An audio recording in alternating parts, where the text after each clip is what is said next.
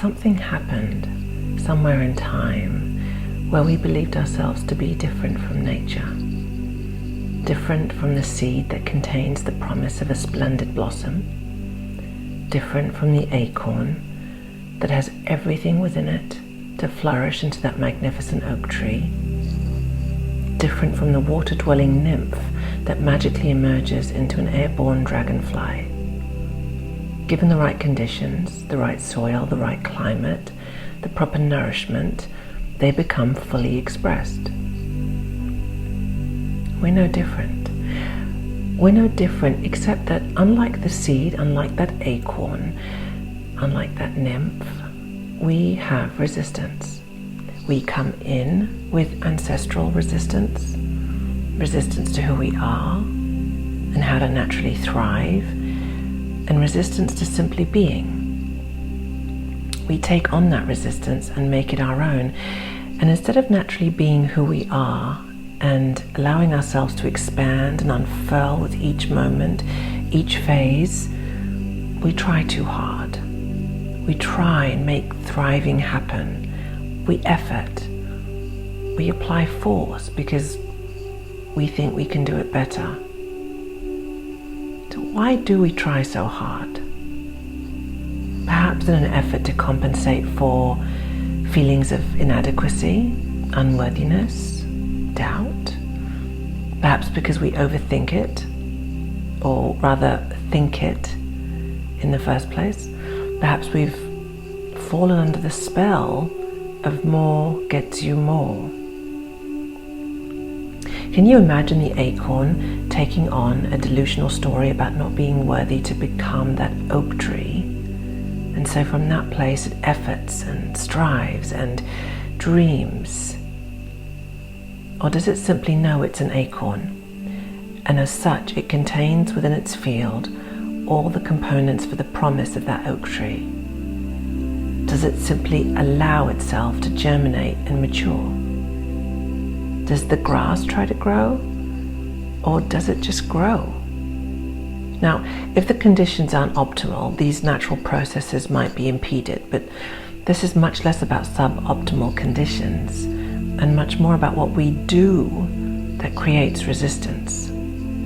The way we move based on ideas, notions, beliefs, programs and constructs that have nothing to do with who we actually are.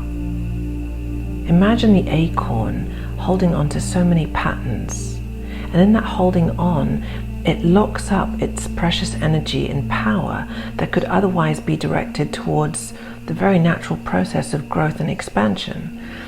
And in that holding on, it's using further energy to overcome how those patterns are defining who it is. Now also imagine it tricks itself into believing that letting go of all this nonsense is a big deal and requires effort. All quite ridiculous when we think of it in terms of the acorn, but we do this. And what if we're no different? What if we were to align with this natural process and calibrate our vibration in such a way where we simply know and trust our highest divine expression in this lifetime, without effort, without resistance, without trying, without striving, without rushing, without pursuing.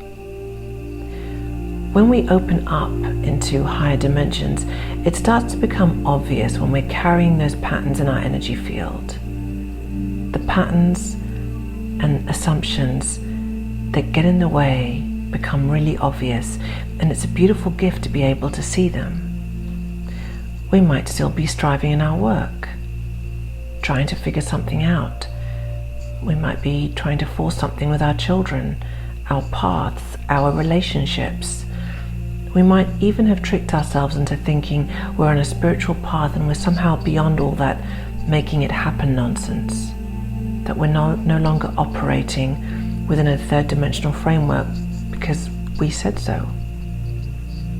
Look out for how those old ways might be showing up in a different guise.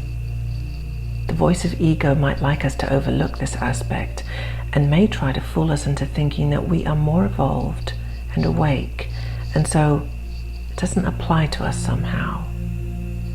We are wise to recognize when we're bringing these constructs with us into the new world where they just don't work. Do they work in a third dimensional setting? Did they ever work? Yes, because in the 3D, it serves a purpose when we're also disconnected from the truth of who we are, when we don't have that innate knowing, that every moment access to our higher wisdom. When we've chosen to forget that we are the entire universe, consciousness itself. When we've chosen to forget, then it stands to reason that we need something else to get things done, to move through this world, to put food on the table, to help us grow in those early stages. But it only takes us so far. We know what it's like in 3D when you work hard and when you do nothing. We've all experienced making it happen and putting in no effort. But it looks very different when you're immersed in all the small stories versus when you are operating from your I am consciousness with your I am presence. What is possible if you recognized and could easily see the patterns and programs that have their roots in the paradigm of efforting? What is possible when you start to see the subtle and not so subtle illusions that say that unless you apply yourself somehow, unless you push just that little bit, you won't get to fulfill your mission or realize your vision. And it might not be as much pushing as you once did. It might not be anywhere near the amount of pushing or forcing or striving that we once did, but it's still efforting. Life is going to let us know when there's the tiniest thread tethering us to that old world. It will come along and say, hey, you might not be pushing the way you did, but you're still trying, which means you don't trust and you're not in that embodied knowing. It's still efforting, it's just dressed up differently. It's dressed up in spiritual clothing. And this is how we might fool ourselves. Life's here saying, let's really unravel this, let's really see this, let's really be free from this. What is possible if you allowed yourself to only move when you feel genuinely called to, when you truly feel the call, when you move from joy, expansiveness, possibility, when you're lit up, when you truly allow and trust that divine flow? What is possible when you move from a space of calm, grounded presence instead of a frenzied, straining drive to get just one more thing done? Who would you be if you allowed your divine feminine to radiate in her beingness, to fully let go and relax in her knowing, with your divine masculine acting from that space? The voice of ego might come in and apply third dimensional constructs to this. Well, if you relax too much, you'll get nothing done. And we're wise to remember that those rules don't apply here. There's one major difference. You know who you are. You trust in that force that animates you. You trust that when you want to rest, there's beauty and profound purpose in that rest. And here, there's a whole other dimension to doing. And there's no such thing as doing nothing. For you can never truly be doing nothing.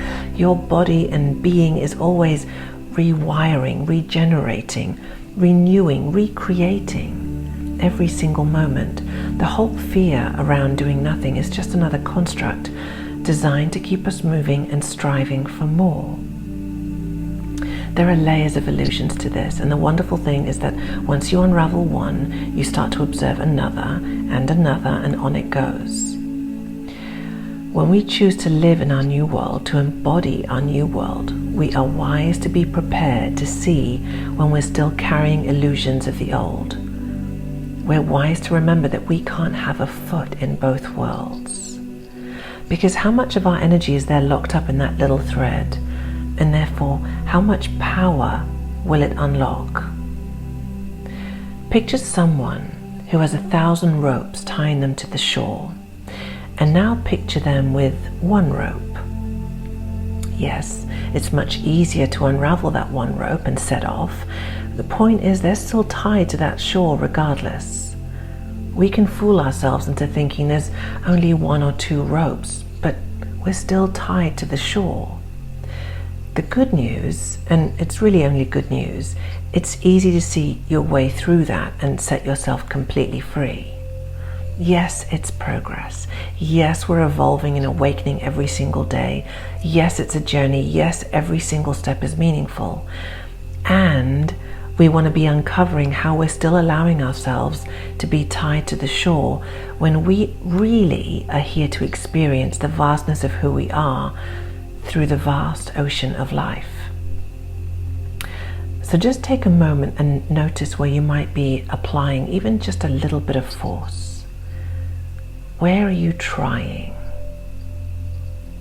Where in your life are you trying to get somewhere? When we're trying to get somewhere, we're avoiding where we are. And once again, we introduce resistance. In trying to get somewhere, we're saying, I don't want to be here. And in order to change the situation, I've got to try hard. I've got to show the universe that I'm committed. How are you showing this commitment? Do you need to show commitment? Or is this another layer for you to see within this grand old illusion? Is the nymph required to show commitment before it can receive its emergence as a dragonfly? What are we doing day to day to be able to comfortably say we earned something? How might commitment be showing up for you? Do you effort within your spiritual life? Where do you make it okay because it's a spiritual practice? Is there an assumption that I'm going to be rewarded for this, for being in service to divine love? The more I do, the more I get rewarded. The more I do, the more I'll see results. And you start to see its glorious little siblings. A 2-hour meditation is worth more than a 5-minute one. Where does it feel like I would just love someone to say, I don't need to do this? I would just love for someone to give me permission that this is okay. What are you waiting for permission to do or not do? In your kitchen, with your creativity, with your sacred work, in your garden, with what you eat, in your self-care, with your beloveds? What are you waiting for permission to do or not do? That's your clue that you're doing something through effort that's not truly in alignment. Is it possible you know exactly how to move when life wants you to move? Of course you do. Is it possible that what gets in the way of you having direct access to this knowing is a fear of getting it wrong? A program, perhaps, that there is a right way and a wrong way, which creates this constant internal struggle. Can you trust that force that animates you? And can you trust yourself to take divinely inspired action? What if you were to raise your standards so high that you only move when you have that knowing pulsing through you? And is it possible that we can smile and take it easy on ourselves when we recognize that we're still choosing to stay tied to the shore, and to giggle when we recognize we've been fooling ourselves with, it's only 1 or 2 ropes, and it doesn't make that much of a difference considering there used to be thousands of them? And is it possible that we can observe the voice of ego when it's trying to convince us to stay tied to the shore, when it's saying, you still need to earn money on this plane, you can't just sit around waiting for a divine nudge? As if the end of effort means the end of receiving or the end of an abundant, prosperous life. As if the end of trying hard means the end of our beautiful vision. As if the only way to thrive and prosper is through struggle. It knows what happens when you do nothing from the shore. It knows what happens when you put in no effort on the shore, but it has no idea what happens when you choose no effort from this higher dimensional realm. We can smile at the implication that life doesn't want you to prosper, that your higher self doesn't want you to be everything you can be, and that the only way is by making it happen yourself. We smile at the arrogance and hilarity of this mindset, that we somehow know better than the divine force of love that animates us and that seed and that acorn and that nymph. You contain the promise. You are the promise, and your I am consciousness knows exactly how to move and flow and allow and expand that serves your highest expression. It's already done. It's already programmed in your cells. The only thing we need to do is see what's in the way. See how we get in the way. And now, as you metaphorically unclench your fists from all the holding on that you've been doing all this time, you compassionately notice how much effort it took to keep clenching, and you notice that the need to effort slips away. It feels sublime to let go. It's easier to let go now that you see through all this, now that you're choosing ease. And from here, you get to marvel at the splendor and beauty of life moving through you, just like it does naturally and magically through that seed, through that acorn, and through that nymph. Feel how it feels to blossom, flourish, and emerge without any effort, without any resistance, knowing who you are. Stay in this space and receive your own wisdom for as long as you're guided.